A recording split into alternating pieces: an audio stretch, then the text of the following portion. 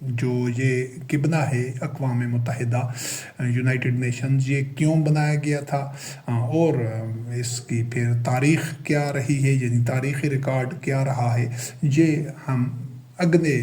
مرحلے میں اس کو دیکھیں گے، اگلے حصے میں۔ صرف یہاں پر تعارف ضروری ہے۔ جو دوسرا بیت اللہ ہے دنیا میں، چونکہ دو ہی بنیادی طور پر جو قبلے ہیں، دوسرا جو قبلہ ہے وہ بیت اللہ ہے، مسجد الحرام ہے، کعبۃ اللہ جو سرزمین مکہ میں واقع ہے۔ اس کا تعمیر کرنے والے تو ابراہیم خلیل اللہ علیہ السلام اور اسماعیل علیہ السلام تھے، لیکن یہ انہوں نے اپنی صوابدید پر یا اپنے ایک ذاتی غور و فکر پر یا اپنی خواہش پر، اپنے کسی پروگرام یا منصوبے کی بنیاد پر اس کی تعمیر نہیں کی تھی، بلکہ یہ اللہ وحدہ لا شریک کے حکم کی تعمیر کے نتیجے میں یہ گھر تعمیر کیا گیا تھا۔ یہ جو پہلے جس قبلے کا ذکر ہوا ہے وہ باطن قبلہ ہے اقوام متحدہ، وہ اس قبلے کا اتباع کرنے والے، اس قبلے کے سامنے جو ساری دنیا سجدہ ریز ہے، وہ تمام کے تمام جو وہ باطن قبلے کی اتباع کر رہے ہیں۔ جو بھی پوری دنیا میں اقوام متحدہ کے ارکان ہیں، اقوام متحدہ کے جو اہداف و مقاصد ہیں، جو پلان ہیں، پروگرام ہیں، ان کا دانستہ و نادانستہ ان کا حصہ بن رہے ہیں، وہ تمام کے تمام ان لوگوں کا قبلہ بھی باطن ہے، اور اس کے جو نتائج ہیں وہ کبھی خیر پر مبنی نہیں ہو سکتے، کیونکہ وہ آدمیوں کا تعمیر کرتا ہے، اور اس کے پیچھے جو جذبہ محرکہ ہے وہ بھی بذات خود باطن ہے، لیکن یہ سب کچھ اگلے حصے میں بیان کیا جائے گا۔ یہ جو دوسرا قبلہ ہے مسجد الحرام، بیت اللہ جو اللہ کا گھر ہے، جس کو ابراہیم خلیل اللہ علیہ السلام اور اسماعیل علیہ السلام نے تعمیر کیا تھا، انہوں نے اپنی خواہش، اپنی مرضی یا اپنے فیصلے پر اس کو نہیں تعمیر کیا تھا، بلکہ اللہ رب العزت کے حکم کی تعمیر کرتے ہوئے تعمیر کیا تھا۔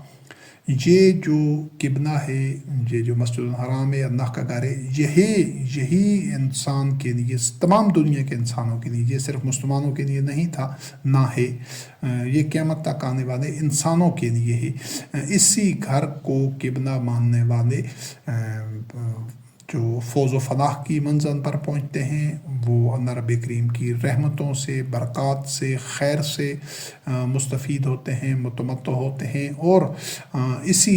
کے نتیجے میں جو لوگ اس کو قبلہ تسلیم کر کے، اس کا حق ادا کر کے زندگی گزاریں گے، وہی لوگ ہی آخرت میں بھی جنت الفردوس کے حقدار ہوں گے۔ لیکن یہاں یہ ضروری ہے کہ جب ابراہیم خلیل اللہ علیہ السلام کی، اس کی پہلے وضاحت بھی کی جا چکی، صرف دہرایا جاتا ہے اس چیز کو، کہ ابراہیم خلیل اللہ علیہ السلام اور اسماعیل علیہ السلام کی زندگیوں میں تو اس گھر کو اسی مقاصد اور اہداف کے لیے زیر تصرف رکھا گیا جس کے لیے یہ بنایا گیا تھا، لیکن بعد میں پھر جو ان کی اگلی نسلیں تھیں، اگلی بعد میں آنے والی، وہ صنعت کو، اس نظام کو، اس مقاصد کو فراموش کر کے ہوائے نفس اور شہوات کے اتباع میں پڑ گئے۔ تو جب نبی کریم علیہ السلام مبعوث ہوئے، قرآن کریم نازل ہوا، تو اس وقت اس بیت اللہ، اس قبلہ کا جو مصرف تھا وہ محض علامتی اور نمائشی تھا،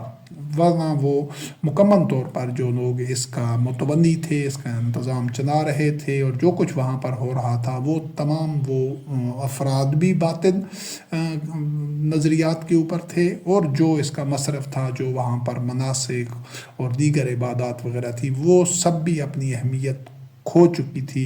وہ محض ایک علامتی طور پر، ورنہ وہ لوگ شرک میں مبتلا تھے اور ضلالت میں اور جہالت میں مبتلا تھے۔ تو نبی کریم علیہ السلام رحمت للعالمین اور ان کے متبعین رضوان اللہ علیہم نے پھر ان سے اللہ کی نصرت و تائید کے ساتھ تولیت کعبہ واپس لی، اور اس کو ان تمام اہداف اور مقاصد کے حصول کے لیے ایک نئے سفر کا آغاز کیا، اس پر ڈالا جس مقصد کے لیے یہ گھر تعمیر کیا گیا تھا۔ تو آج ہم دیکھتے ہیں، آج کے دور میں جو صورتحال ہے، کہ آج جو اس کے متبنی ہیں، پھر اس میں 1000 سال سے زائد عرصہ گزر گیا، آج جو اس کے متبنی ہیں وہ حالانکہ اس کی تولیت ابراہیم خلیل اللہ علیہ السلام کی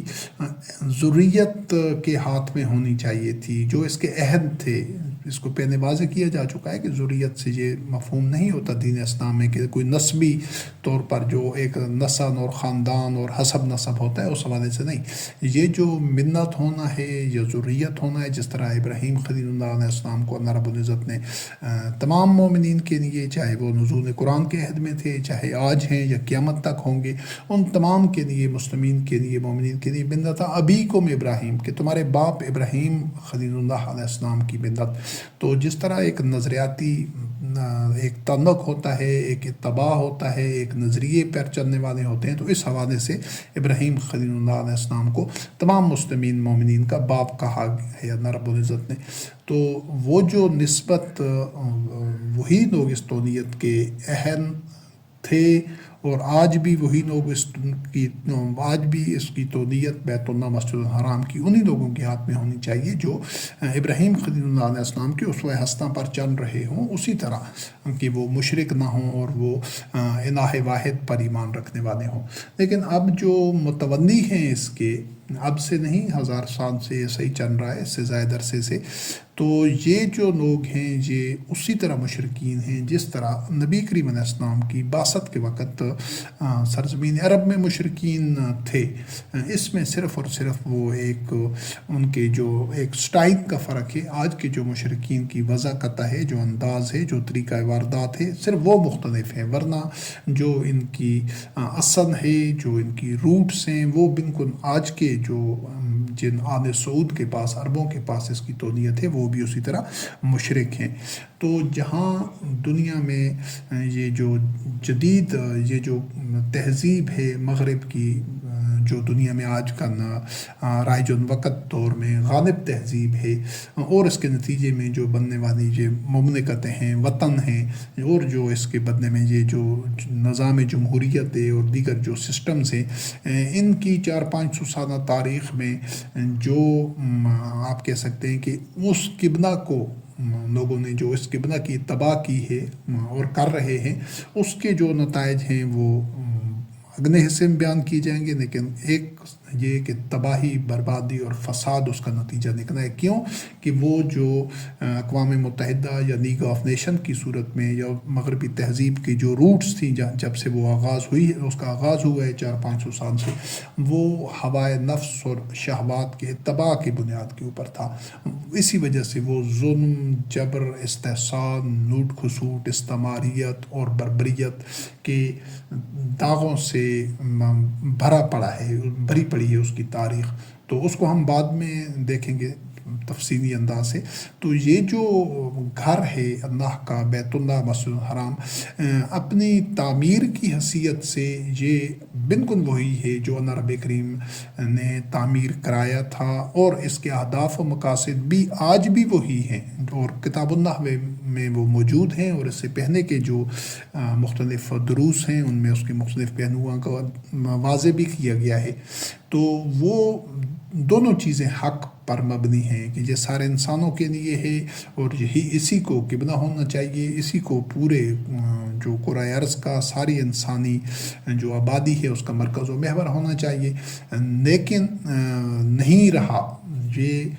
پچھلے 1000 سال سے زیادہ عرصے میں بھی نہیں رہا. اور ابراہیم خلیل اللہ علیہ السلام اور اسماعیل علیہ السلام کی موت کے بعد، ان کی وفات کے بعد جو اگلی جنریشنز آئیں بتدریج، وہ کے ساتھ بھی انہوں نے بھی یہی روش اختیار کی جو نبی کریم علیہ السلام کے بعد آنے والی اگلی نسلوں نے جو روش اختیار کی. تو نتیجہ کیا نکلا کہ محمد رسول اللہ علیہ السلام کے عہد میں بیت اللہ، مسجد الحرام اور کعبہ تو ٹھیک تھا، لیکن اس کے متولی باطن تھے. تو اسی وجہ سے وہ پورے فساد کی لپیٹ میں آ چکا تھا وہ معاشرہ، اور وہ عداوت میں مبتلا تھا اور آگ کے گڑھے کے کنارے پر پہنچ چکا تھا. اسی سے محمد رسول اللہ علیہ السلام اور ان کے متبعین نے انسانیت کو بچایا، انسانوں کو بچایا اس آگ کے گڑھے میں گرنے سے، اور تولیت کعبہ اللہ رب کریم کی نصرت و تائید سے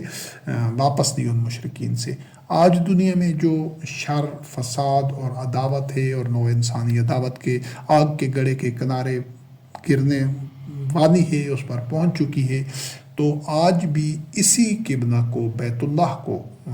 جو اسی کو قبلہ تسلیم کر کے، اسی کا اتباع کر کے انسانیت کو، سارے انسانوں کو جو آج بھی عداوت کی آگ میں بھڑک رہے ہیں،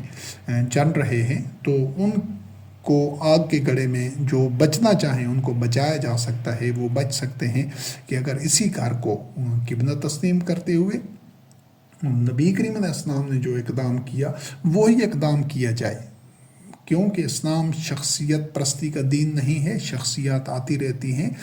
یہ تو وقت کا دھارا ہے، چلتا رہتا ہے۔ ہم نہیں ہوں گے، ہمارے بعد اور لوگ آئیں گے، ان کے بعد اور لوگ آئیں گے۔ جو لوگ تونیت کعبہ جنہوں نے مشرکین سے، جن مومنین نے واپس لی، وہ گزر گئے، اس کے بعد اگلی نسلیں آئیں، یہ سلسلہ چلتا رہے گا۔ تو مشرکین سے تونیت کعبہ واپس لے کر جب ابراہیم خلیل اللہ علیہ السلام کی منت اور ذریت کے سپرد ہوا، تو پھر نو انسانی جہنم کے گڑھے میں، آگ کے گڑھے میں گرنے سے بچ گئی۔ آج بھی جو کرنے کا کام ہے کہ اسی قبلہ کی اتباع کی جائے، کیونکہ یہ اللہ رب کریم کے حکم سے تعمیر شدہ ہے۔ صرف یہ کیا جائے کہ جو اس کے متولی ہیں ان سے تونیت کعبہ لے کر ان لوگوں کے حوالے کی جائے، ان مومنین کے حوالے ہو جائے، ہم جو اس امانت کے عہد ہیں، جو ابراہیم خلیل اللہ علیہ السلام کی ذریت سے ہیں۔ اور پھر پورا قرآن کریم اس چیز سے بار بار بھرا ہوا ہے۔ ان جو ابراہیم خلیل اللہ علیہ السلام کی ذریت کا جو ایک طرز عمل ہوتا ہے، جو ان کی نفسیات ہوتی ہیں، جو ان کی معیشت، معاشرت، اخلاقیات اور سارے گوشے ہوتے ہیں، تو قرآن کریم جا بجا جگہ جگہ وہ رہنمائی موجود ہے۔ تو جو لوگ صرف قرآن کریم کے معیار پر، جو ان کا کردار و عمل ہو، جو ان کی اخلاقیات ہو، ان کی زندگی کے سارے گوشے ہوں، وہ لوگ جب اس امانت کے جو کہ عہد ہیں، جب امانت ان کے سپرد کی جائے گی، تب نو انسانی کو پھر جو اس آگ کے گڑھے میں گرنے سے بچایا جا سکتا ہے۔ تو طریقہ آج بھی وہی ہے کہ اس جو آج ایک دوسرا قبلہ پچھلے 75 سال سے زائد عرصے سے ایک بنایا گیا ہے اقوام متحدہ کی صورت میں، اس سے برات اختیار کی جائے، اس کو رد کیا جائے، اس سے ناتعلقی ظاہر کر کے، اعلان کر کے، اور پھر اس بیت اللہ کو قبلہ تسلیم کرتے ہوئے اور اس کی تونیت، یہ جو امانت ہے، یہ ذمہ داری ہے، اس کے عہد لوگوں کے سپرد کی جائے، تو پھر آج بھی انشاءاللہ العزیز نو انسانی اس موجودہ جو فساد ہے بحر و بر میں، اور جو آگ کے گڑھے میں کے کنارے پر پہنچی ہوئی نو انسانی ہے، وہ اس سے بچ سکتی ہے۔ تو پہلی چیز یہ کہ ان دو قبلوں کے فرق کو سمجھنا ضروری ہے، اور یہ کہ کیا اقدام کرنا ہوگا کہ جس سے انسانیت کے مسائل حل ہو سکیں۔ دوسری چیز یہ کہ اس جو یہ جد و جہد ہے، یہ نصب العین ہے، رویا ہے، ہدف ہے ہمارا الحمدللہ رب العالمین، اس میں تمام ایسے لوگ جو یہود، نصارہ، ہنود، سکھ، بدھ مت اور دیگر مذاہب کے حامل ہیں، وہ پرامن بقائے باہمی کے نظریہ حیات پر یقین رکھتے ہیں، ان سے ہمارا کوئی تصادم نہیں ہے۔ اگر وہ پرامن رہتے ہیں اور وہ تمام ان آزادیوں سے بہرمند اور مستفید ہوتے رہیں گے جو انہیں اللہ رب العزت نے بطور انسان دی ہوئی ہیں۔ تیسری بات یہ ہے کہ جو امریکہ، برطانیہ اور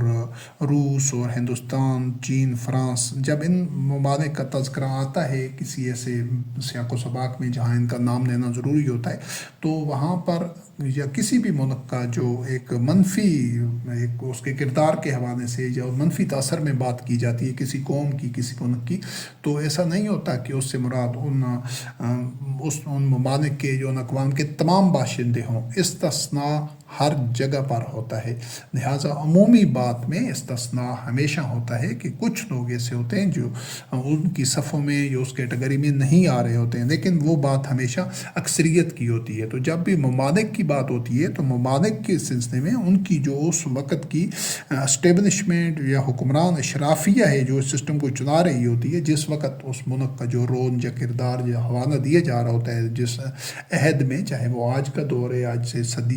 آدھی صدی یا اس سے پہلے یا اس سے بھی پہلے کے تذکرہ ہے، تو اس میں مقصد اس ملک کا نام لینے کا یہ نہیں ہوتا کہ وہ تمام کے تمام اس ملک کے باشندے نہیں، بلکہ اکثریت، اور خاص طور پر ان کی جو ترجمان ہوتی ہے، جو ان کی اسٹیبلشمنٹ ہے، حکمران اشرافیہ ہے۔ اور چوتھی چیز یہ ہے کہ یہ جو نصب العین ہے، یہ جو ہدف ہے، یہ رؤیا ہے، یہ خواب ہے، اس سے ہی یہ طے ہو جائے گا، جس کے کہ پہلے 6 حصے بیان کیے جا چکے ہیں اور 2-3 حصے اس کے اور ہوں گے۔ تو ان سب کے بعد ہر انسان کے لیے یہ طے کرنا آسان ہے کہ وہ قرآن کریم کا اتباع کرتے ہوئے اصلاح فی الارض، اقامت دین کی اس جدوجہد میں ہمارا شریک سفر ہے یا ہمارا مخالف ہے اور اس راستے کی رکاوٹ بنتا ہے۔ تو اسی سے بقایا جو معاملات ہیں، جو بقایا جزیات ہیں، جو دین کے شعائر ہوتے ہیں، جو مناسک ہوتے ہیں، منہج ہوتا ہے، شریعت ہوتی ہے، اور بقایا جو انفرادی و اجتماعی جو ایک پروسیجرز ہوتے ہیں، وہ بعد کا مرحلہ ہے۔ جو بندہ اس ہدف میں ہی شریک نہیں ہوگا، جو کافی حد تک بیان ہو چکا ہے اور آگے اس کے 2-3 حصے اور ہیں، اس خواب ہی وہ ان کا یعنی مشن ہی ایک نہیں ہے، تو وہ قطعاً ہمارا شریک سفر نہیں ہے، وہ ہمارا ایک ہمراہی ہے ہی نہیں۔ پھر یہ الگ بات ہے کہ وہ متحارب رہتا ہے یا ناتعلق رہتا ہے، یہ اس کی اپنی صوابدید پر ہے، جو اس کی آزادی ہے جو اس کو رب کریم نے دی ہے، کیونکہ دین میں کوئی جبر نہیں ہے۔ تو اس وضاحت اور تمہید کے بعد اب ہم پہلے یہ دیکھتے ہیں کہ یہ جو موجودہ بیت اللہ کے متولی ہیں، یعنی آل سعود، تقریباً ان کی جو تونیت ہے، اس کو براہ راست جو ہے وہ تقریباً 100 سال ہونے والا ہے، 90 سال کے قریب، لیکن ویسے اس کی جو روٹس ہیں ان متولیوں کی، وہ سرزمین عرب میں تقریباً 300 سال سے ہیں۔ اب ہم نے اس تقریباً 300 سال کے فیچرز کو دیکھنا ہے، خد و خان کو، ان معاملات کو دیکھنا ہے، اور انشاءاللہ العزیز پوری کوشش کی جائے گی کہ اس میں غیر جانبداری سے اس کا تجزیہ کیا جائے۔ اس میں پہلے اس چیز کی وضاحت کی جاتی ہے کہ کئی ایسی باتیں ہوں گی، بہت ساری ایسی باتیں ہوں گی، اکثر جو بڑی تلخ ہوں گی اور سننے والوں کو بڑی ناگوار گزریں گی، اور ہو سکتا ہے اس میں بہت سارے لوگ اختلاف بھی کریں اس طرز بیان سے یا اس حقائق کو اس طرح بیان کرنے سے، لیکن جو حقیقت ہے وہ جتنی تلخ ہو، جتنی کڑوی ہو، اس کو بیان کرنے والے کی ذمہ داری ہے کہ اس میں وہ کسی قسم کی کجی اور کوتاہی نہ اختیار کرے، بلکہ اللہ رب کریم نے فرمایا قولوا قولا سدیدا، سیدھی بات کرو، بے شک کسی کو اچھی لگے یا بری لگے، لیکن الحمدللہ رب العالمین ان حقائق کے بیان کرنے میں کوئی مقصد محض دشمنی نہیں ہے، تعصب نہیں ہے، یا کسی پر تنقید برائے تنقید کرنا نہیں ہے، بلکہ ان تمام نحافوں کو، تمام نقابوں کو اتار کر جو حقیقی تصویر ہے، جو کہ ایک مکروہ چہرہ ہے، ایک گھناؤنا کردار ہے پچھلے اس 200-300 سال کے عرصے میں، اس جو ابھی آل سعود جو بیت اللہ کے متولی بنے بیٹھے ہیں، جب تک اگر وہ لوگوں کے سامنے آشکارا نہیں کیا جاتا تو لوگ اس کی اہمیت کو نہیں سمجھیں گے کہ تونیت کعبہ ان سے واپس لینی کیوں ضروری ہے۔ پھر اس کا مطلب ہے کہ وہ ہدف کے لیے، اس سفر کے لیے آمادہ ہی نہیں ہوں گے۔ تو جو فیصلہ کرے وہ اپنے طور پر کرے کہ اس نے شریک سفر بننا ہے، اس نے اللہ کی نصرت کے لیے کھڑا ہونا ہے یا نہیں ہونا، قیام کرنا ہے یا نہیں کرنا، لیکن کم از کم یہ ہے کہ اس کو حقیقت کا پتہ ہو۔ اور پوری کوشش کی گئی ہے کہ جتنے بھی یہ حقائق بیان کیے جائیں یہ مستند ہوں، اور اس میں کوئی محض مفروضہ یا محض کوئی بدگمانی پر مبنی نہ ہو۔ تو بہت زیادہ تفصیل میں نہیں جایا جائے گا، لیکن کوشش کی جائے گی کہ طائرانہ انداز سے بقایا جو اہل علم ہوں گے، جو تحقیق کرنے والے لوگ ہوں گے، جو اس سے زیادہ گہرائی میں جانا چاہیں اس کی مزید جزیات میں، وہ دیگر جو معتبر ذرائع ہیں تاریخ کے یا جو کچھ محفوظ ہے وہ اس سے مزید اس کی تسلی کر سکتے ہیں، اور جو کچھ بیان کیا جا رہا ہے وہ انشاءاللہ العزیز اس کو اس کی تصدیق کر سکتے ہیں، ویریفائی کر سکتے ہیں، جو لوگ اس میں دلچسپی رکھنا چاہیں۔ تو سب سے پہلے ہم دیکھتے ہیں کہ یہ جو موجودہ آل سعود ہیں، اس سے پہلے جو تونیت کعبہ تھی وہ ہاشمیوں کے پاس تھی، شریف مکہ جو ہاشمی تھا آخر میں اس کے پاس تھی، ان سے انہوں نے لی ہے۔ تو یہ جو خاندان تھا ہاشمیوں کا، یہ تقریباً 700 سال سے شریف مکہ رہا تھا، مختصر قصہ اس کا یوں سمجھ لیں کہ یہ کچھ مختصر ایک روداد یا سرگزشت، کیونکہ ہم نے زیادہ جو فوکس کرنا ہے وہ آل سعود پر کرنا ہے، لیکن آل سعود چونکہ ان کی بعد انہوں نے تولیت کعبہ ان سے چھین کر لی، تو تھوڑا سا تذکرہ آل سعود کا، اس کا ہاشمی خاندان کا ایک سرسری سے مختصر سا خاکہ، اس کے بعد پھر یہ جو آل سعود ہے اس حوالے سے۔ تو یہ جو آخر میں ہاشمی حسین بن علی تھا، یہ ایک ٹائم کے لیے سلطنت عثمانیہ کا، خلافت عثمانیہ جس کو کہا جاتا ہے، اس کا وفادار بھی رہا، پھر برطانیہ کا وفادار رہا، اور سلطنت عثمانیہ سے برسر پیکار بھی رہا، اور پھر اسی کا جو بیٹا تھا وہ اس میں فلسطین کا جو معاملہ ہے، جہاں پر جو یہود کی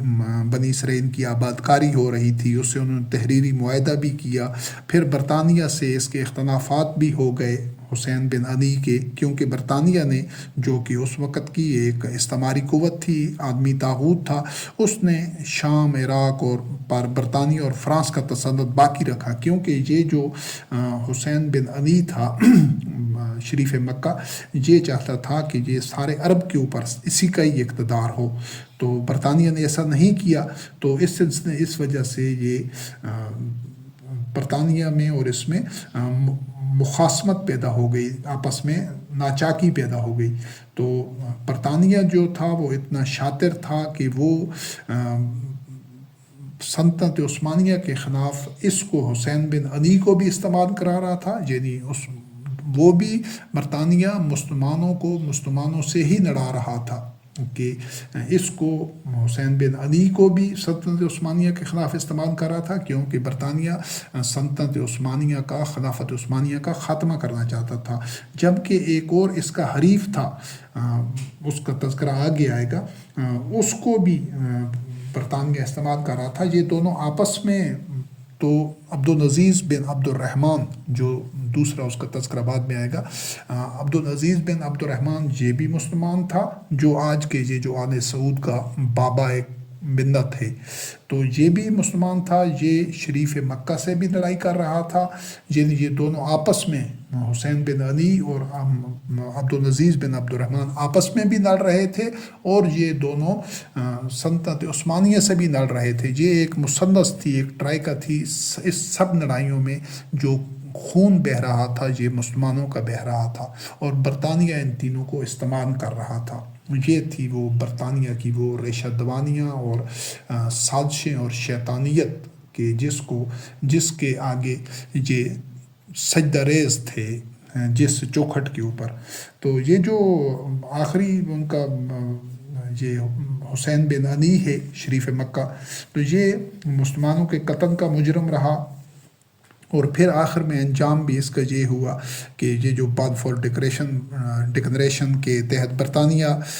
چونکہ یہود کی فلسطین میں آباد کاری بھی کر رہا تھا، اور اس کو یہ شام، عراق پر برطانیہ اور برطانیہ اور فرانس کا تسلط رکھا برطانیہ نے، تو اس کے لیے بھی اس کے تحفظات تھے۔ تو آخر کار یہ ہوا کہ اس میں جو اس کو برطانیہ نے رد کر دیا انہی اختلافات کی وجہ سے۔ بہرحال یہ برطانیہ کا ناکار بن کر مسلمانوں کے قتل کا مجرم رہا حسین بن علی جو شریف مکہ تھا،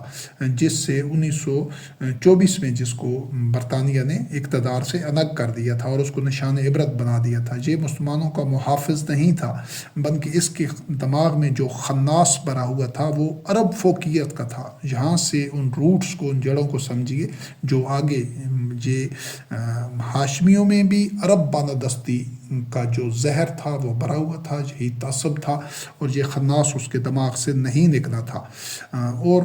اسی وجہ سے یہ عرب قومیت اور تعصب کا شکار تھا۔ اس کے علاوہ یہ جون عرض کے مرض میں مبتلا تھا کہ سارے خطۂ عرب پر حکمرانی کا خواہاں تھا۔ یہ بھی ملت کا غدار تھا اور تاج برطانیہ اور طاغوت کا وفادار رہا، لیکن بعد میں اختلافات پیدا ہوئے۔ جب مفادات کا ٹکراؤ آیا تو برطانیہ نے اس کو دھتکار دیا، اور اس سے بڑھ کر اس سے بڑھ کر جس نے خود کو برطانیہ کا وفادار اور منت کا غدار ثابت کیا، یعنی عبدالعزیز بن عبد الرحمن ابن سعود کو برطانیہ نے اپنی سرپرستی میں دے دیا۔ یعنی برطانیہ ان دونوں مہروں کو استعمال کر رہا تھا جو آپس میں ایک دوسرے کے خلاف بھی مسلمانوں کا خون بہا رہے تھے، عبدالعزیز بن عبد الرحمن اور حسین بن علی، اور اس کے علاوہ ان دونوں کو سلطنت عثمانیہ کے خلاف بھی برطانیہ استعمال کر رہا تھا۔ تو جب حسین بن علی اتنا وفادار ثابت نہ ہوا، تھا وہ غدار ملت ابراہیم علیہ السلام کا، لیکن برطانیہ کا جب زیادہ وفادار نہ ہوا، اختلافات کرنے لگا، وہ عراق اور شام کے علاقوں پر برطانیہ اور فرانس کے تسلط کی وجہ سے کہ برطانیہ اور فرانس نے کیوں وہ علاقے حسین بن علی کے سپرد نہیں کیے، تو اس اختلاف کے پس منظر میں برطانیہ نے اس کو اقتدار سے علیحدہ کرا دیا، اور یہ جو تولیت کعبہ تھی یہ دوسرے غدار کے حوالے کر دی جو موجودہ آل سعود کا بابائے قوم ہے، اور وہ تھا عبدالعزیز بن عبد الرحمن۔ اس کے مزید یہ جو ہاشمی سلسلہ تھا کعبہ کے متولیوں کا، اس کے بعد ہم آ جاتے ہیں محمد بن عبد الوہاب کو، اس کے اوپر جو کردار اور اس کے افکار و نظریات ہیں ان پر ایک نگاہ ڈالتے ہوئے پھر آگے ان کی جو سیاسی جدوجہد تھی، ان کے بعد کی کس طرح یہ ان کی سلطنتیں بنتی رہیں، ان کی 3 سلطنتیں بنی تھی۔ تو یہ تقریباً 300 سالہ تاریخ ہے جو محمد بن عبد الوہاب اور محمد بن سعود المکرم سے، یعنی یہ 1600-1700 کے بعد کے عرصے سے شروع ہوتی ہے اور آج تک۔ تو یہ اصل میں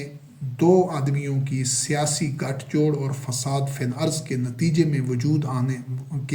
میں وجود میں آنے والی آل سعود کی مملکت کی 300 سالہ تاریخ ہے۔ جو محمد بن عبد الوہاب تھا وہ حنبلی مسلک کا تھا، اور وہ قرآن و حدیث کو دین کی بنیاد بناتا تھا، جو کہ صریحاً ارتکاب شرک ہے، مگر دعویٰ وہ کرتا تھا کہ وہ موحد ہے، حالانکہ وہ دین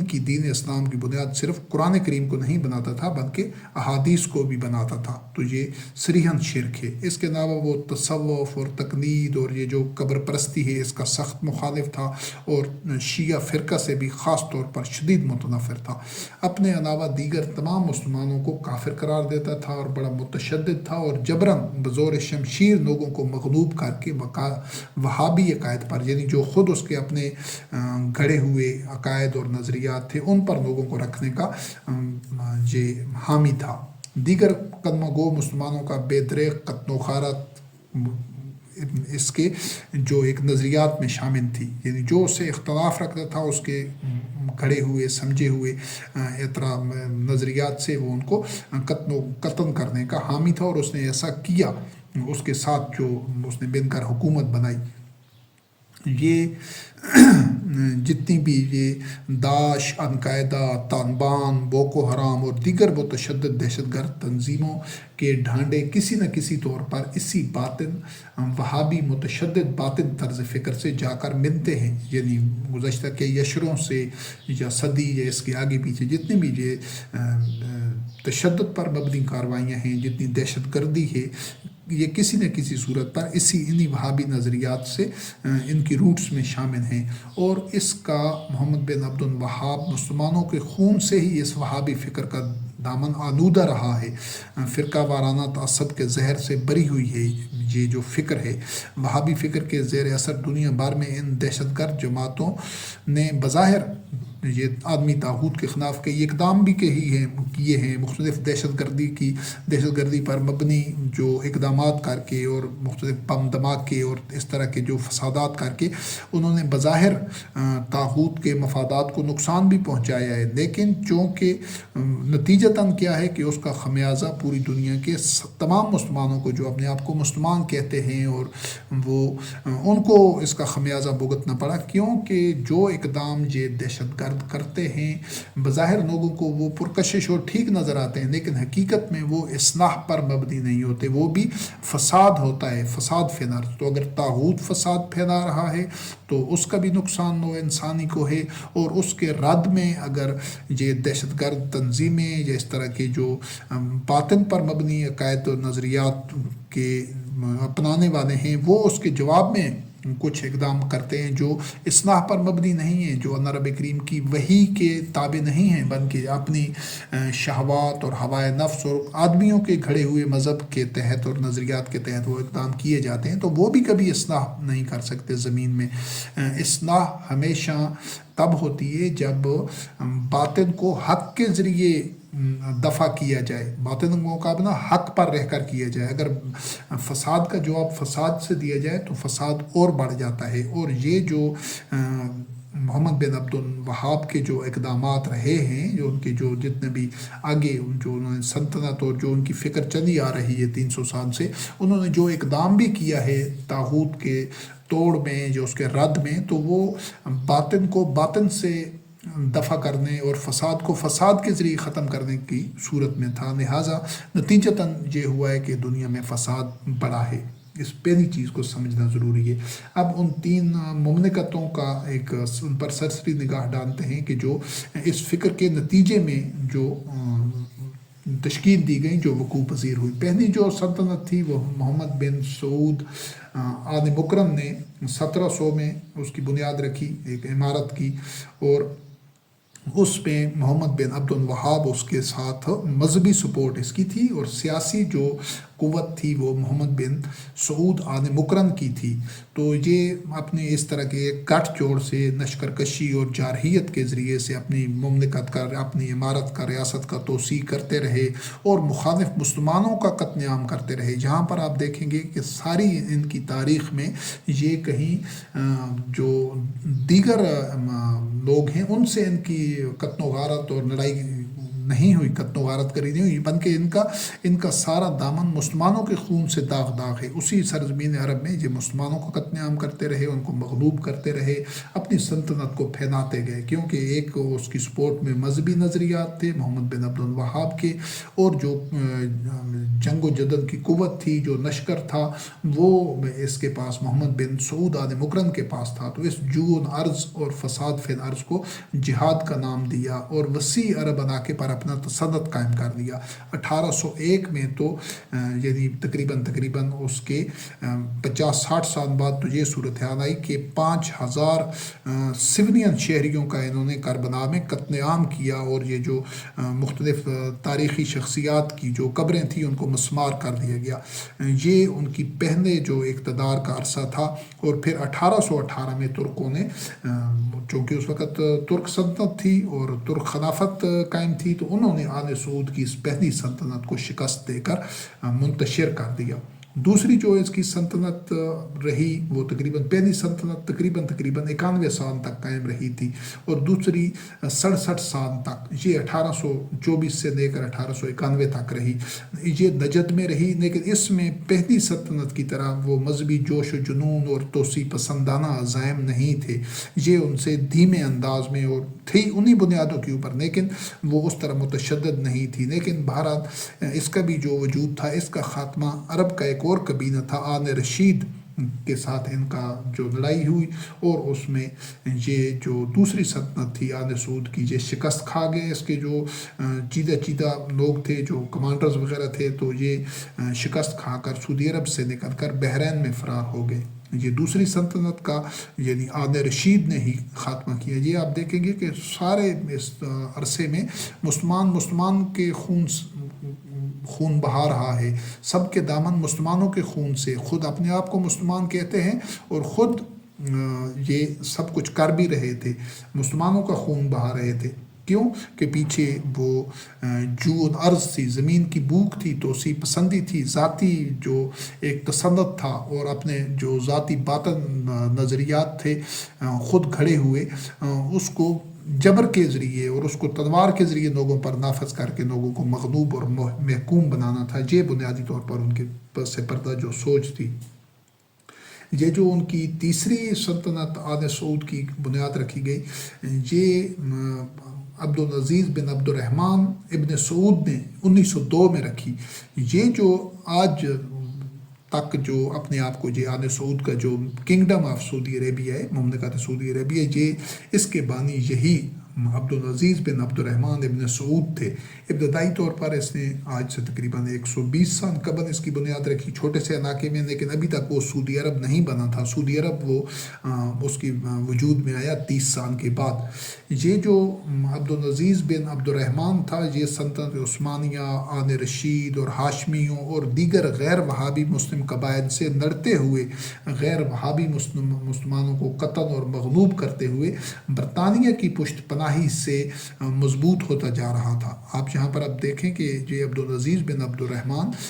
جس کے موجودہ آل سعود جس کے نسل سے ہے، جانشین ہیں، اور انہی بنیادوں کے اوپر ان کا یہ کنگڈم چل رہا ہے، بنا ہوا ہے. اس کی پوری جو تناظر ہے کہ یہ سلطنت عثمانیہ کے خلاف بھی جنگ لڑ رہا تھا، یعنی ترک بھی مسلمان تھے، یہ بھی مسلمان تھا نام کی حد تک سارے، اور یہ آل رشید سے بھی لڑ رہا تھا، چونکہ آل رشید نے ان کی دوسری سلطنت کو ختم کیا تھا، شکست دی تھی. پھر ہاشمیوں سے، جن کے پاس اس وقت تک ابھی وہ کعبہ کے متبنی وہی ہاشمی تھے، یعنی حسین بن علی شریف مکہ جو تھا، یہ ان سب سے بھی لڑ رہا تھا، اور دیگر جو غیر وہابی مسلمان تھے ادھر میں ان سے بھی لڑ رہا تھا. لیکن اس کو یہاں سے اب اس نقطے کو اچھی طرح ذہن نشین کرنا ہے اور اس کو سمجھنا ہے کہ ہو کیا رہا تھا. یہ اس کو پشت پناہی تھی اپنے دور کے طاغوت کی، برطانیہ کی، جو کہ خود ساری دنیا میں وہ جبر اور ناجائز استحصال اور بربریت اور فساد اور شر پھیلانے والا تھا. وہ طاغوت وہ اس کی پشت پناہی کر رہا تھا. اپنے ٹائم پر وہ حسین بن علی کی پشت پناہی بھی کرتا رہا، لیکن وہ اس عبدالعزیز بن عبد الرحمن کی بھی پشت پناہی کر رہا تھا. اور اس نے عبدالعزیز بن عبد الرحمن نے 1 لاکھ کے قریب اپنے یہ اخوان جنگجوؤں کو تیار کر رکھا تھا. یہ مختلف اس نے حجرے بنائے ہوئے تھے 200 کے قریب، ان میں یہ وہ بندے رہتے تھے، اور ان کے ذریعے یہ جارحیت و دہشت گردی سے اس نے ایک وہابی آرمی تیار کر رکھی تھی. یعنی 1902 میں اس کی بنیاد رکھی اور تقریباً 20-22 سال اس کو تیار کرتا رہا، اور وہ بڑھتی گئی، اور 1924 میں اس نے اسی اپنی بنائی ہوئی جو اخوان کی ایک فوج تھی اس کو مکہ پر چڑھائی کر دی اور اقتدار اپنے قبضے میں کر لیا، اور خود خادم حرمین بن گیا. اس سے پہلے وہ حسین بن علی جو شریف مکہ تھا وہ خلافت کا دعویٰ کر چکا تھا، اور اس نے پہلے یہ اس سے جو تولیت کعبہ چھین لی 1924 میں، اور پھر اس سے پہلے جو عبدالعزیز بن عبد الرحمن ہے یہ خلافت عثمانیہ کو شکست دینے میں بھی اپنا کردار ادا کر چکا تھا برطانیہ کے مفادات کے حصول کے لیے، کیونکہ خلافت عثمانیہ برطانیہ کے خلاف تھی. تو اس وجہ سے برطانیہ اور دیگر جو استعماری عالمی طاغوت تھے وہ خلافت عثمانیہ کو شکست دینے میں یہ اس کے معاون رہے ہیں. ایک حد تک وہ حسین بن علی جو تھا وہ بھی غدار تھا، لیکن یہ جو عبدالعزیز بن عبد الرحمن ابن سعود ہے یہ اس سے بڑا غدار تھا. تو یہ اس کی ایک جو آپ کہہ سکتے ہیں کہ ایک مختصر تاریخ تھی. یعنی اس نے ملت سے غداری، برطانیہ اور امریکہ سے وفاداری کرتے ہوئے یہ سارا اپنے اہداف حاصل کیے، اور کعبہ کا، بیت اللہ کا یہ خادم حرمین بن بیٹھا، اور 1932 میں موجودہ سعودی عرب کنگڈم کی بنیاد رکھی. یعنی وہ تسلسل چلتا رہا. ابھی پہلی جنگ عظیم اس وقت ہو چکی تھی. اس کے پس جو بیک گراؤنڈ پر تھا وہ برطانوی پیسہ اور ہتھیاروں سے اس نے پھر جب ایک وقت آیا کہ یہ اس کے جو غلط روش کی اور طاغوت کے آگے سجدہ ریز ہونے کی پالیسی تھی، تو وہ جو 1 لاکھ اخوان اس نے جنگجو تیار کیے تھے جن کے ذریعے یہ مسلمانوں کا خون بہاتا تھا، پھر ایک وقت آیا کہ ان میں سے بہت سارے لوگ اس کے عبدالعزیز بن عبد الرحمن کے خلاف ہو گئے. تو اس نے پھر ان سب کو جو اس کے خلاف اخوان ہوئے تھے جن کے ذریعے یہ اس نے مسلمانوں کا خون کرایا تھا، پھر اس نے برطانوی پیسہ اور ہتھیاروں سے انہی اخوان کو کچل دیا. انہی کو یہ بیٹل آف سبینہ، جنگ سبینہ میں اس نے برطانوی جہازوں سے بمباری کر کے 200 برطانوی فوجی گاڑیوں کا استعمال کر کے، یعنی مسلمانوں کے اوپر برطانوی جہاز بمباری کر رہے تھے. اور یہ مسلمان وہ تھے جو اخوان تھے کہ جو عبدالعزیز بن عبد الرحمن کی زیر قیادت اس سے پہلے کتنے غیر وہابی مسلمانوں کو اور آل رشید کو اور ہاشمیوں کے جو سپورٹرز تھے اور دیگر جو غیر وہابی لوگ تھے ان کا قتل عام کر چکے تھے. تو یہ اس کی جو عیاری ہے، جو اس کا شاطر ہونا ہے عبدالعزیز بن عبد الرحمن کا، کہ پھر انہی محسنوں کے لیے جو اس کے محسن تھے، جو اس کے اس نظریہ باطن تھا لیکن وہ اس کے وفادار تھے کہ اس کے ایما پر اور اس کے مقاصد کے لیے انہوں نے یہ سب کچھ کیا. پھر انہی لوگوں کو اس نے برطانیہ کے ذریعے کچن دیا. اس برطانوی جہاز انہی لوگوں پر بمباری کر رہے تھے اخوان کے اوپر، اور اس نے 200 کے قریب فوجی گاڑیوں کا استعمال کر کے ان لوگوں کے پاس جو اخوان تھے ان کے پاس اونٹ تھے یا گھوڑے یا ان کے پاس جدید اسلحہ وغیرہ تو نہیں تھا، لیکن برطانیہ سے اس نے فوجی گاڑیاں اور یہ چیزیں لے کر ان کو کچلا، یعنی اور آخر میں جو ان کے باغی رہنماؤں تھے ان کو قتل کیا. اور 1930 میں برطانیہ کی فوج کے سامنے اخوان کی مکمل شکست کو یقینی بنایا. ابن سعود، عبدالعزیز بن عبد الرحمن ابن سعود پرلے درجے کا شاطر، عیار، چالاک اور موقع پرست اور متعصب شخص تھا، اقتدار پرست شخص تھا. جس کبینہ کو شکست دے کر مغلوب کرتا اسی کبینہ کی خاتون سے شادی کر دیتا تھا. 1915 میں برطانیہ کے ساتھ اس نے ایک معاہدہ کیا، ٹریٹی آف دارین، معاہدہ دارین. اس پر دستخط کرتے ہوئے ابن سعود انگریز کا وظیفہ خار بنا. آپ دیکھتے ہیں کہ یہ کعبہ کے متولی تھے لیکن یہ ملت ابراہیم علیہ السلام کے غدار تھے اور اپنے دور کے طاغوت کے سامنے سجدہ ریز تھے. یعنی یہ نمک حرامی کر رہے تھے پوری ملت سے اور ملت ابراہیم سے، کہ یہ برطانیہ سے پیسہ لے رہے تھے، سپورٹ لے رہے تھے، اس کے مقاصد کے لیے استعمال ہو رہے تھے. آج 100 سال سے زائد عرصہ ہو گیا ہے کہ آج بھی پوری دنیا انہی کے جانشینوں سے اسی نظریے پر جو آج کے آل سعود ہیں، یہ بھی اسی بنیادوں کے اوپر یہ تولیت کعبہ ان کے پاس ہے، یہ بھی اسی نظریے پر کھڑے ہوئے ہیں. آج کے جو آل سعود ہیں، جو اس کا تذکرہ آگے آئے گا، موجودہ جو کعبہ کے متولی ہیں، یہ عبدالعزیز بن عبد الرحمن ابن سعود کو بابائے ملت قرار دیتے ہیں، بابائے قوم قرار دیتے ہیں. یہ اسی کے جانشین ہیں. ان کی روٹس، ان کی فکر، ان کی سوچ، ان کا جو ایک پوری سائیکالوجی ہے، نفسیات ہیں، جو اقدام ہیں، وہ سب کے سب انہی بنیادوں پر ہیں جو کچھ کہ عبدالعزیز بن عبد الرحمن کر رہا تھا. یہ اس سے برات اختیار نہیں کرتے، اس کو رد نہیں کرتے، بلکہ جگہ جگہ پورے ملک میں اسی کی تصویریں ہیں اور اس کی پرستش کی جا رہی ہے. تو اس چیز کو سمجھے کہ اس کی حقیقت کیا تھی. جب عبدالعزیز بن عبد الرحمن کی یا محمد بن عبد الوہاب کی حقیقت اور اس کا بھیانک اور شرمناک ماضی اور کردار اور ان کے مکروہ چہرے آپ کے سامنے آ جائیں گے، تو آپ پھر اس چیز کو سمجھنے کے قابل ہو سکیں گے کہ آج جو آپ حج کے لیے جاتے ہیں، عمرہ کے لیے جاتے ہیں اور ان لوگوں کو تولیت کعبہ آپ نے سونپی ہوئی ہے تو اس پر مطمئن ہیں، تو ان کی حقیقت کیا ہے. تو یہ برطانیہ کا وظیفہ خار، برطانیہ کے زیر تسلط،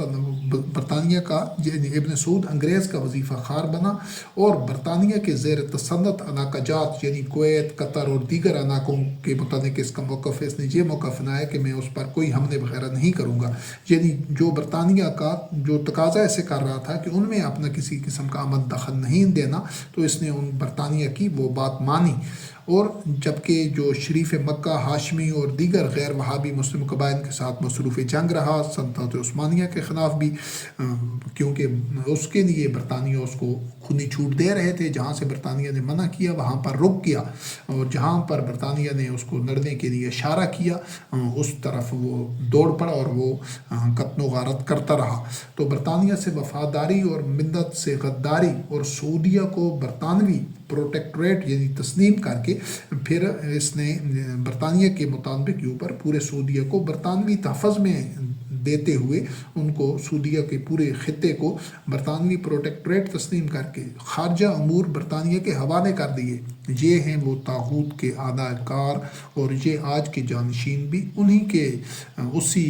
شر اور فساد پر مبنی طرز عمل پر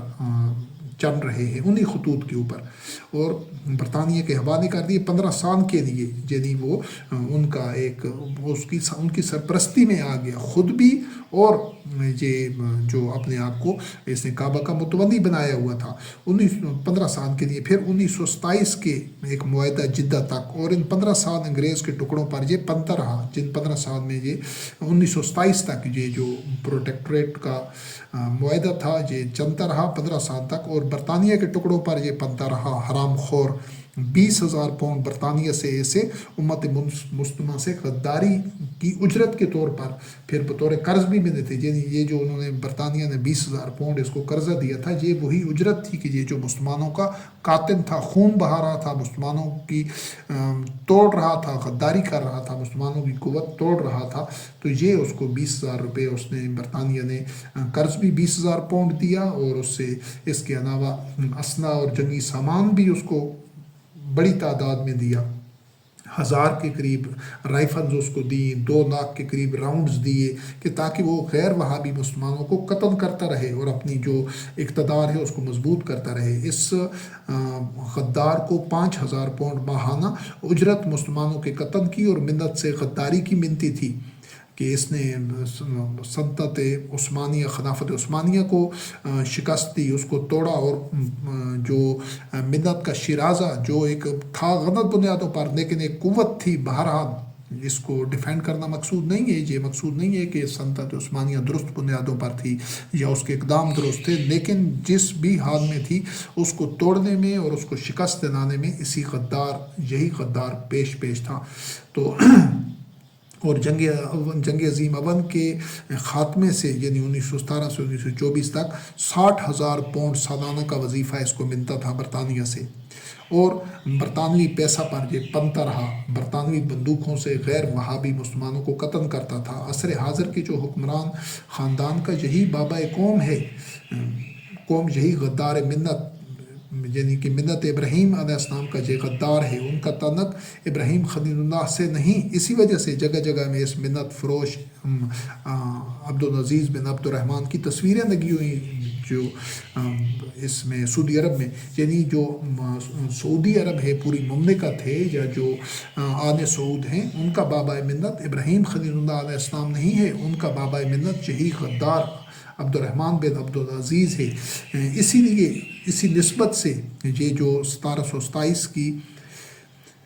ریاست دریا سے قائم کرتے ہیں، گزشتہ 300 سال سے ان کے ابھی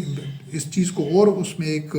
جو تغیر آیا ہے، جدت آئی ہے، وہ اس طرح ہے کہ یہ پہلے آج سے ایک طویل عرصہ پہلے یہ جو آل سعود تھے، یہ اپنی نسبت جو 1727 میں پہلی ریاست قائم ہوئی تھی محمد بن سعود آل مکرم نے جو قائم کی تھی دریا میں، یہ اپنی نسبت اس سے جوڑتے تھے. یعنی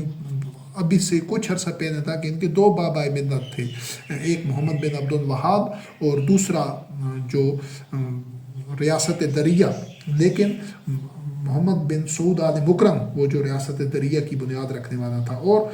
دوسرا محمد بن عبد الوہاب. مگر آج کے جو حکمران محمد بن عبد الوہاب کے مذہبی ورثہ سے بیزار ہو کر جدیدیت، وطنیت پرستی اور سیکولرزم کی عالمی طاغوتی بساط کے مہرے ہیں. آل سعود اور آل ذریت ابراہیم خلیل اللہ علیہ السلام اگر ہوتے تو یہ اپنا یوم تاسیس 5,000 سال قبل تعمیر کعبہ سے جوڑتے کہ ہماری پہچان ابراہیم خلیل اللہ علیہ السلام ہے. انہوں نے جب کعبہ کی بنیاد رکھی تھی تو ہم ابراہیم خلیل اللہ علیہ السلام کی ذریت سے ہیں، ہمارا جو تاسیس ہے، جو بنیاد ہے، وہ تعمیر کعبہ سے ہے. لیکن یہ جو آج کے یہ جو غدار ہیں، یہ جو آل سعود ہیں، یہ جو کہ انہی غداروں کی نظریاتی اولاد ہیں، تو یہ اپنی نسبت ابراہیم خلیل اللہ علیہ السلام سے نہیں جوڑتے، چونکہ یہ تو غاصب ہیں، کعبہ کے متبنی حقیقی نہیں ہیں. تو یہ اپنی جو نسبت ہے یہ اسی سعودی سلطنتوں سے جوڑتے ہیں. تو یہ حقیقت تو یہ ہے کہ یہ ذریت ابراہیم خلیل اللہ علیہ السلام سے ہیں ہی نہیں. اور پھر اس کے بعد یہی جو عبدالعزیز بن عبد الرحمن ہے، 1945 میں یہ امریکی صدر فرینکلن ڈی روزویلٹ سے اس نے ملاقات کی اور اس سے دوستی کی پینگیں بڑھائیں، اور سعودی عرب اور امریکہ کی یہ 80 سال سے چلی آ رہی یہ دوستی، یعنی 1945 سے قائم ہوئی، اور آج تک 12 امریکی صدر تبدیل ہو چکے ہیں، 7 سعودی بادشاہ گزر گئے ہیں اس عرصے میں، مگر امریکہ اور سعودیہ کا محافظ اور سرپرست ہے. یعنی یہ جو سعودی سلطنت ہے، یہ جو سعودی ورثہ ہے آل سعود کا، یہ 2 استعماری گنڈوں، طاقتوں اور 2 طاغوتوں کے آپ کہہ سکتے ہیں سنگم سے، جو ان کی وراثت سے ہے کہ ان کو بنانے والا، ان کو جو پروٹیکشن دینے والا وہ اپنے اپنے دور کا طاغوت برطانیہ تھا، پھر جب دوسری جنگ عظیم کے بعد جو نئی عالمی طاغوتی طاقت برطانیہ زوال پذیر ہو گیا، اور نئی عالمی طاغوتی طاقت جو امریکہ بنا ہے، دنیا کا غنڈہ بدماش اور طاغوت، یہ پھر اس نے اپنے جو وفاداریاں تھیں اور جو قربت اور دوستی تھی عبدالعزیز بن عبد الرحمن نے، پھر اپنا رخ برطانیہ کا جب زوال پذیر ہوا، اس کے عروج کا سورج غروب ہو گیا، تو اس نے امریکہ کی چوکھٹ پر اپنا سر رکھ دیا۔ 1945 سے لے کر آج تک یہ جو آل سعود ہیں، یہ امریکہ کی چوکھٹ پر اپنا سر رکھے ہوئے ہیں۔ ان کا قبلہ بھی بیت اللہ نہیں ہے، ان کی پیشانیاں تو بیت اللہ کی طرف جھکتی ہیں، ان کا رخ تو بیت اللہ کی طرف ہوتا ہے آل سعود کا، کیا بلکہ تمام مسلمانوں کا پوری دنیا کے، لیکن آل سعود کا اپنا قبلہ جو ان کے دلوں میں، ان کے قلوب میں ہے،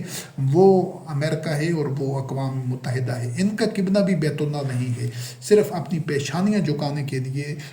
دکھاوے کے لیے، ریاکاری کے لیے، منافقت کے لیے انہوں نے یہ اپنا قبلہ بیت اللہ رکھا ہوا ہے اور اس کے متبنی بنے ہوئے ہیں، ورنہ ان کا جو آل سعود کا اور تمام مسلمانوں کا جو قبلہ ہے، وہ جس طرح پہلے شروع میں وضاحت کی جا چکی ہے، وہ ان کا قبلہ اقوام متحدہ ہے اور اس کے متبنی امریکہ اور نیٹو ہیں، یورپ ہیں، یا یہ ویٹو پاورز ہیں۔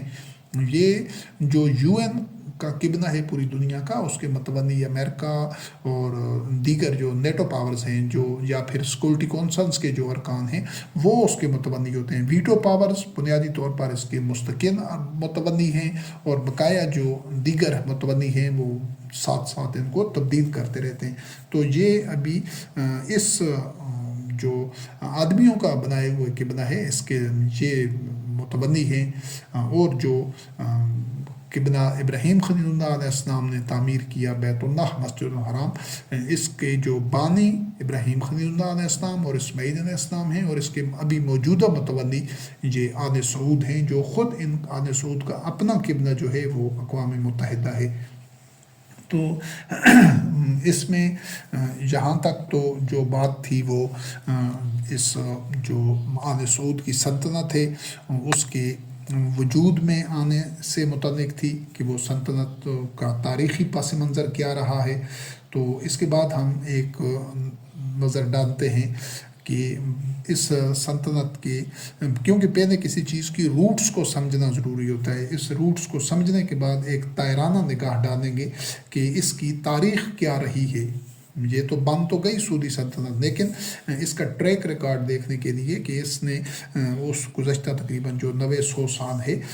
یا 1932 سے لے کر آج تک، انہوں نے ان کے اقدام کیا رہے ہیں۔ تو اس یعنی آل سعود جو غداران ملت ہیں، ان کے اس 90-100 سالہ جو سیاسی اور قومی جرائم ہیں، ان کے اوپر ایک نگاہ ڈالتے ہیں، تاکہ اس چیز کو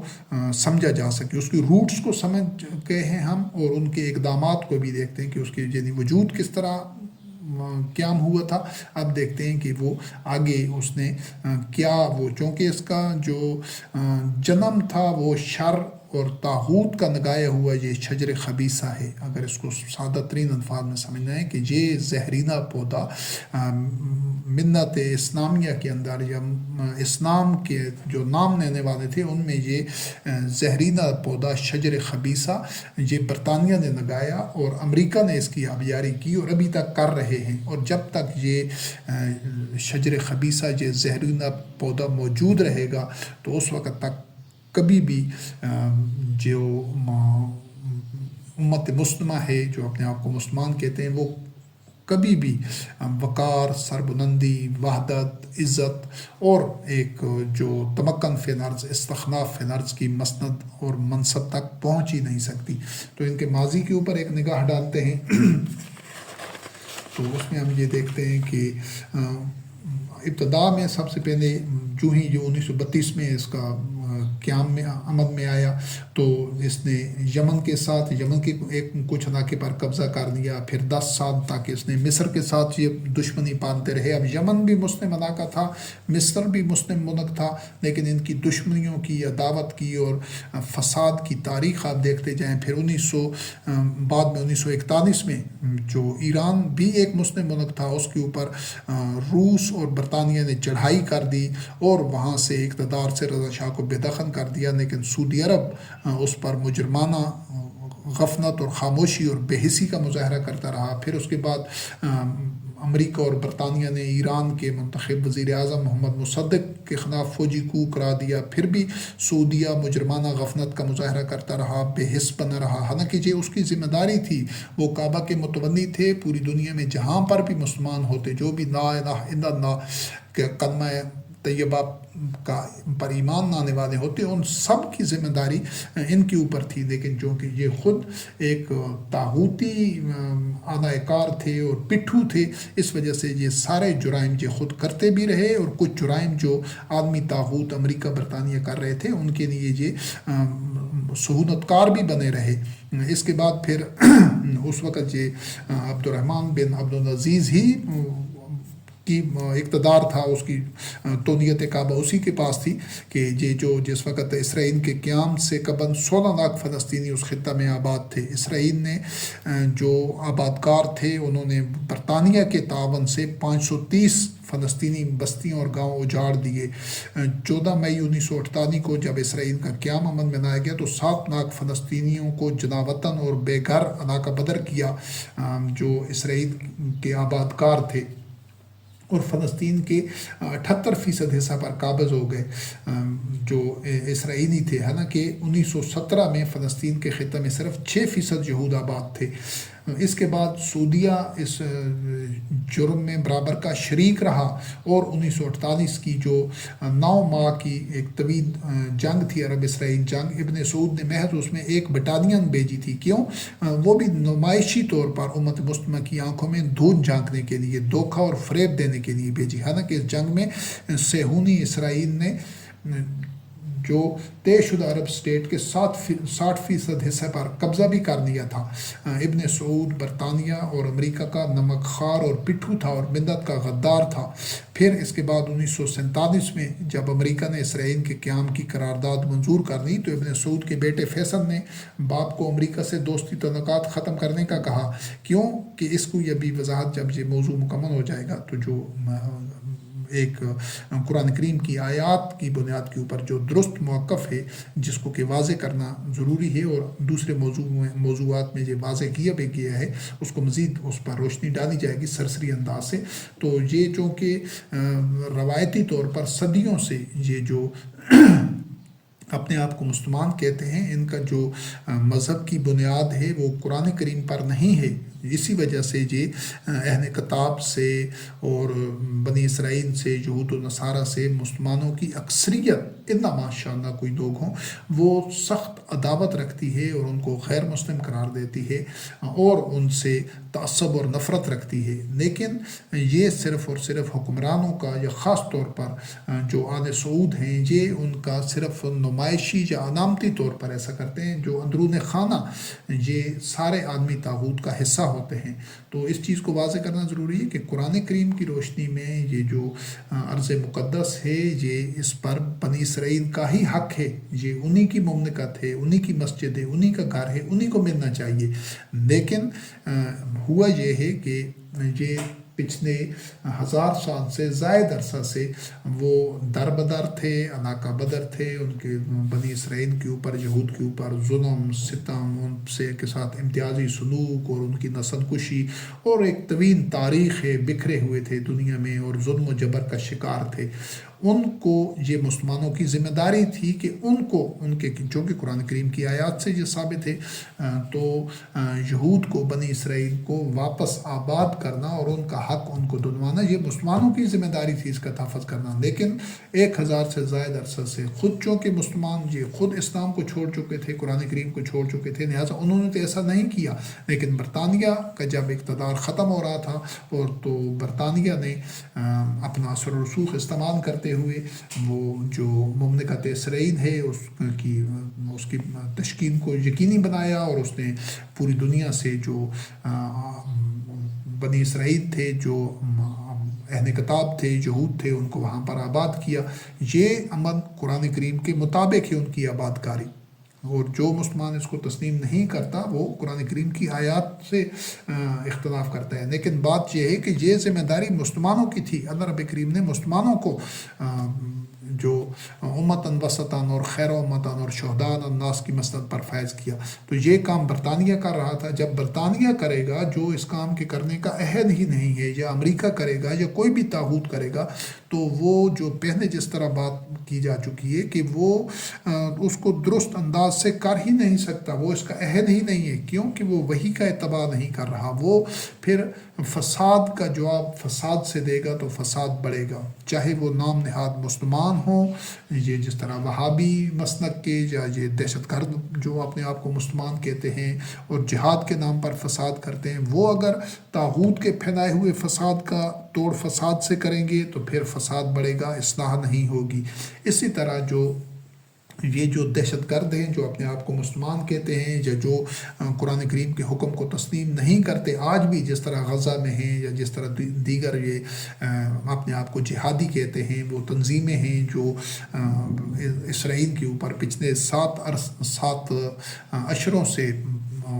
وہ ان کے ساتھ جنگیں لڑ چکے ہیں، ان پر وہ میزائل داغ رہے ہیں اور وہ اسرائیل کو صفحہ ہستی سے مٹانا چاہتے ہیں، جو اس طرح کے دہشت گرد ہیں، ان کا بھی جب توڑ برطانیہ یا امریکہ کرے گا یا نیٹو کرے گا تو وہ بھی فساد پھیلائے گا۔ تو آج تک یہ جو کوششیں ہو رہی ہیں فساد کو فساد کے ذریعے ختم ہونے کی کوشش، چاہے وہ طاغوت کر رہا ہے، چاہے یہ نام نہاد مسلمان طاغوت کے پٹھو کر رہے ہیں، یا یہ جو غیر از قرآن جو مذہب ایک گھڑا گیا ہے صدیوں سے، اس پر عمل کرنے والے، تو یہ دونوں طرف سے فساد تھا۔ جو حقیقت ہے، جو حق پر اللہ رب کریم کی آیات کی پر مبنی جو فیصلہ ہے، جو حکم ہے، جو وہ یہ ہے کہ سرزمین فلسطین یعنی ارض مقدس، اس کے وارث بنی اسرائیل ہیں، یہود ہیں، لیکن اس کو وراثت اگر برطانیہ ان کو دلائے گا یا امریکہ دلائے گا یا اسرائیل کی سٹیٹ ان کو یہ وراثت دلائے گی، جو موجودہ اسرائیلی حکمران ہیں وہ پھر وہی کچھ کریں گے جو آج ہو رہا ہے، جو غزہ میں ہو رہا ہے یا اس سے پہلے ہوتا آ رہا ہے کہ بہت سارے بے گناہ لوگ قتل ہو رہے ہیں، ناحق ان کا خون ہو رہا ہے، اور یہ ان سب کی گردنوں پر ہے۔ یہ آل سعود جو متولی ہیں کعبہ کہ اس وقت بھی، اور اس وقت جب اسرائیل کا قیام عمل میں لایا گیا، یہ آل سعود کی ذمہ داری تھی کہ پرامن طور پر اس مسئلے کو حل کرتے تاکہ کسی فلسطینی کے ساتھ بھی ظلم نہ ہو، زیادتی نہ ہو، اور جو سرزمین ہے ارض مقدس ہے فلسطین، وہ یہود کو مل بھی جائے، یہود وہاں پر اپنا حکومت اختیار و اقتدار اور ان کے درمیان پرامن بقائے باہمی کو یقینی بناتے، اس کے لیے جو بھی صورتحال نکلتی، لیکن یہ نااہل ایسا کرنے میں جب ناکام رہے، یہ غدار اور یہ طاغوت کے پٹھو، تو پھر طاغوت نے جب اسرائیل کو، جو کہ اسرائیل نے یہ جو موجودہ یہود ہیں یا اس سے پچھلی 1-2 نسلیں ہیں جنہوں نے یہ اسرائیل کا قیام عمل میں لایا، تو پہلے اس کو الگ موضوع میں واضح کیا جا چکا ہے۔ من انصاری اللہ کے جو ضمن میں اس پر ایک تفصیلی وضاحت موجود ہے، وہ ایک الگ عنوان ہے جس میں متعدد حصے ہیں، اس میں یہ موجود ہے کہ یہ جو اسرائیل کا قیام ہے یہ مسلمانوں کی ہی ذمہ داری ہے کہ وہ تمام یہود کو تحفظ دیں اور ان کا قبلہ ان کے سپرد کریں تاکہ وہ اس کے متولی بن سکیں، وہ سارے اہل کتاب بنی اسرائیل یہود۔ لیکن اس کام کو جب مسلمان نہیں کر رہے، مسلمانوں میں وہ اہلیت ہی نہیں ہے، ان کو شعور ہی نہیں ہے، وہ تو قرآن کریم کے بھی عملی طور پر خود ہی منکر ہیں اور کافر ہیں، اور وہ احادیث، روایات اور سنت، فقہ، تفسیر اور خود ساختہ ائمہ کابرین اور ان کے گھڑے ہوئے مذہب کو بالکل اسی طرح اپنا رہے ہیں جس طرح